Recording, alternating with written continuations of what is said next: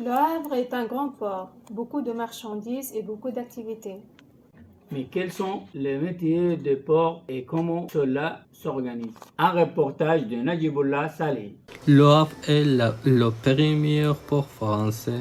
Les marchandises arrivent et partent dans le monde entier. On trouve de tout dans les conteneurs de jouets, de voitures, de la hi-fi, de ce que nous pouvons acheter. Tout cela est possible grâce à des métiers différents.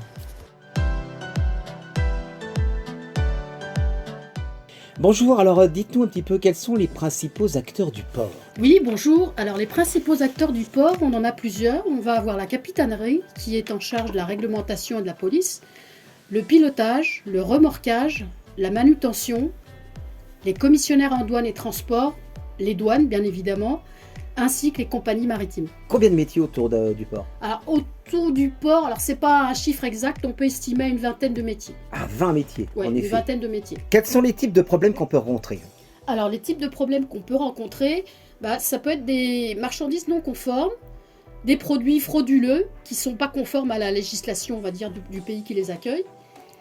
Et puis on va avoir des contrôles aussi qui tiennent compte de type de marchandises et de la provenance. Et il y a plus de problèmes à l'import qu'à l'export. Les métiers aujourd'hui les plus recherchés pour le port, alors dans quoi on peut s'orienter pour trouver plus facilement du travail? Alors celui qui veut trouver du boulot aujourd'hui, il faut qu'il cherche agent de transit, chauffeur routier, déclarant en douane.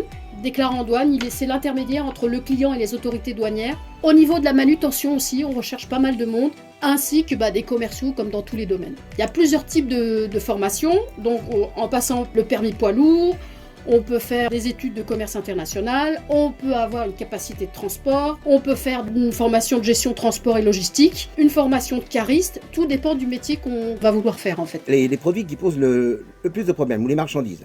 Bien évidemment, les stupéfiants. Si vous importez de la drogue, on va vous mettre en prison. Donc les stupéfiants, les animaux, les armes, la nourriture, ça c'est hyper important. Certaines plantes, tous ces produits-là sont soumis à une réglementation et bien évidemment, il y a des produits qui sont interdits. Et alors vos rapports justement avec les autorités douanières, vous? On a forcément des bons rapports avec les autorités douanières.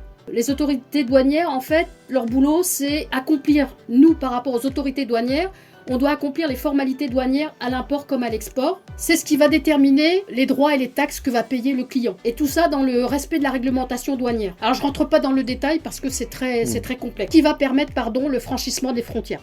Sinon, la marchandise ne peut pas rentrer. Alors les activités les plus importantes finalement au port du Havre, c'est quoi? Les activités les plus importantes du Havre sont bien évidemment le transport maritime, le fluvial, le transport routier, le transport ferroviaire. Et puis, il n'y a pas que ça. Parce qu'on a aussi le côté touristique, c'est vrai qu'on n'en parle pas beaucoup, qui est en expansion. Et maintenant, on peut partir en croisière depuis le Havre, Espagne, Maroc, Norvège, Danemark, Angleterre. Donc en pleine évolution. En pleine évolution, oui. Donc le Havre vraiment est présent sur tous les fronts.